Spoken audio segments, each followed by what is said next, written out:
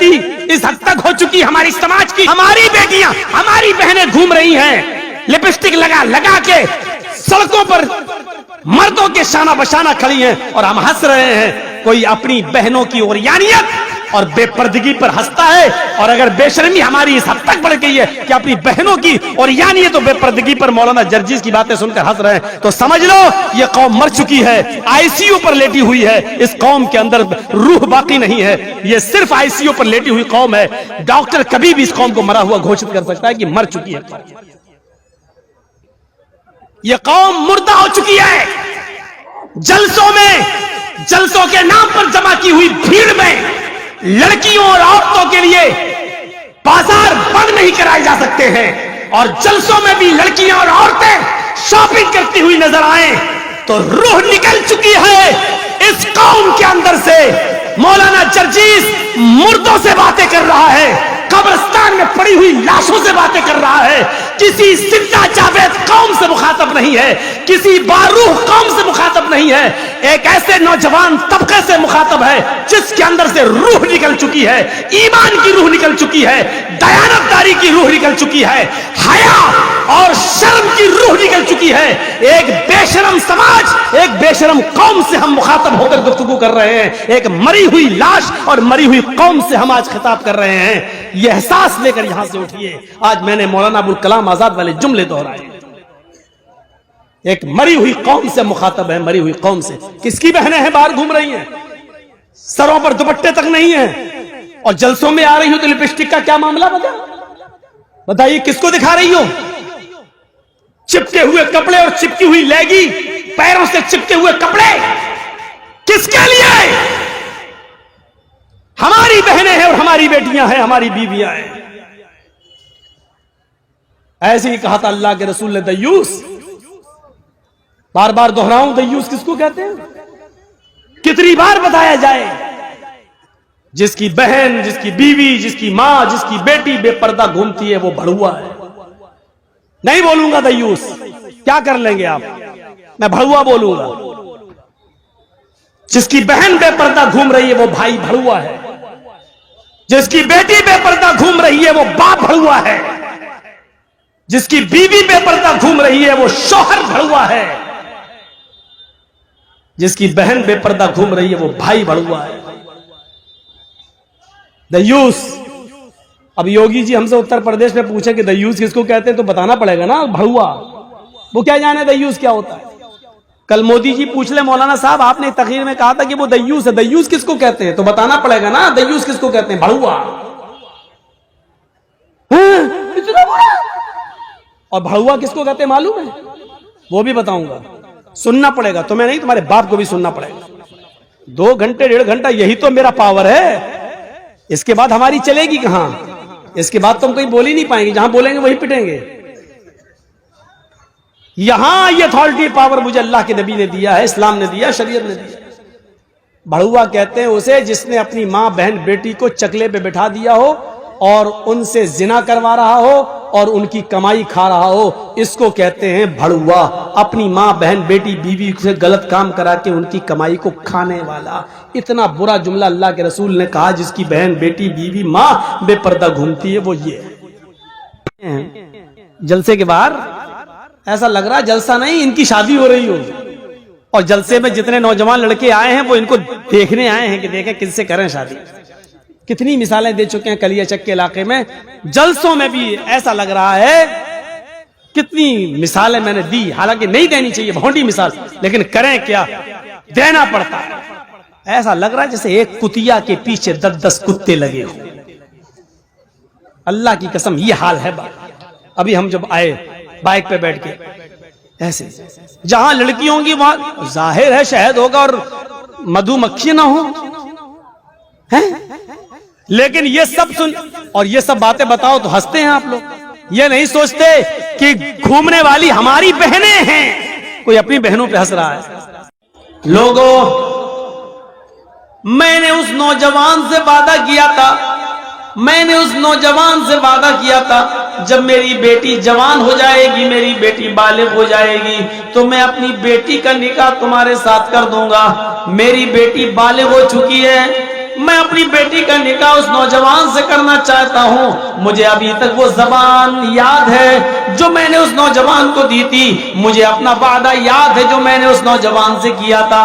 اے لوگو، جاؤ اس کو لے کر آؤ، اگر 4-5-6 دن میں وہ آ جاتا ہے، اگر تم اس کو لائے اور میرے سامنے پیش کر دیا، اگر میری زندگی میں وہ نوجوان آ گیا تو میں اپنی بیٹی کا نکاح اس کے ساتھ خود کروں گا، اور اگر وہ نوجوان میری زندگی میں نہیں آ پایا، اس کو یہاں آنے سے پہلے ہی اگر میرا انتقال ہو جائے تو تم سب گواہ رہنا، میں نے اجازت دے دی ہے، میری بیٹی کا نکاح اس نوجوان کے ساتھ کر دینا، کیونکہ میں نے اس کو زبان دی تھی، میں نے اس سے وعدہ کیا تھا۔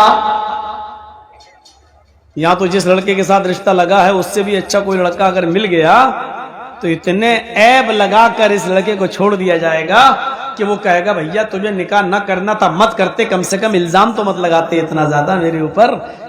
یہ حال ہوتا ہے۔ یاد رکھنا، مومن کی پہچان یہ ہے کہ وہ اپنی زبان کا پکا رہتا ہے۔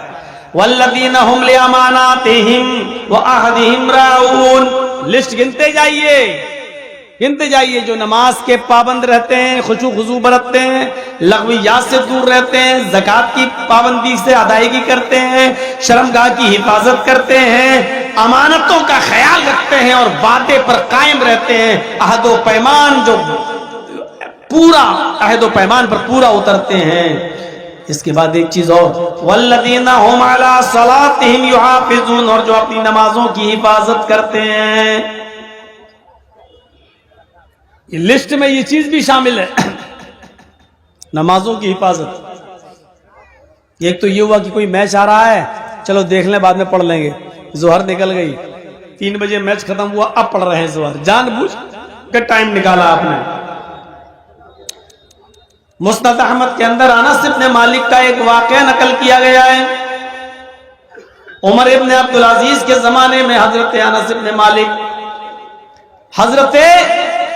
ابن مالک جب عمر ابن عبدالعزیز کا دور آیا تو انس ابن مالک کبھی کبھی ان کے پیچھے نماز پڑھ لیا کرتے تھے، اور کبھی پہلے مسجد میں نماز پڑھ کر نکل جایا کرتے تھے اور ان کے پیچھے نماز نہیں پڑھتے تھے، جبکہ امیر کی اطاعت کرنا ضروری ہوتا ہے، لیکن حضرت انس کبھی پہلے نماز پڑھ لیتے تھے اور کبھی ان کے ساتھ پڑھتے تھے۔ لوگوں نے شکایت کی، خلیفہ عمر ابن عبدالعزیز، انس پر نظر ڈالو، انس ابن مالک پر، کبھی کبھی وہ آپ کے پیچھے نماز پڑھتے ہیں اور کبھی پہلے پڑھ کے نکل جاتے ہیں، مجھے ڈر لگتا ہے کہیں ایک فتنہ کھڑا نہ کر دیں، جماعت کے اندر انتشار پیدا نہ کر دیں، یہ اختلاف کی ایک دیوار نہ اٹھا دیں۔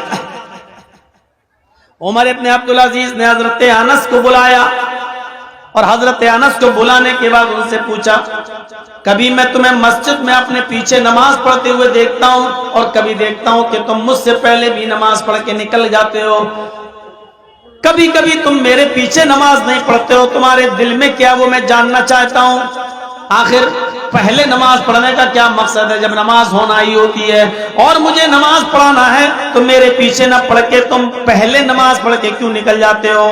تو انس ابن مالک نے جو جواب دیا اس کو غور سے سنیے، مسند احمد کی جلد 6 کے اندر یہ آج تک لکھا ہوا ہے۔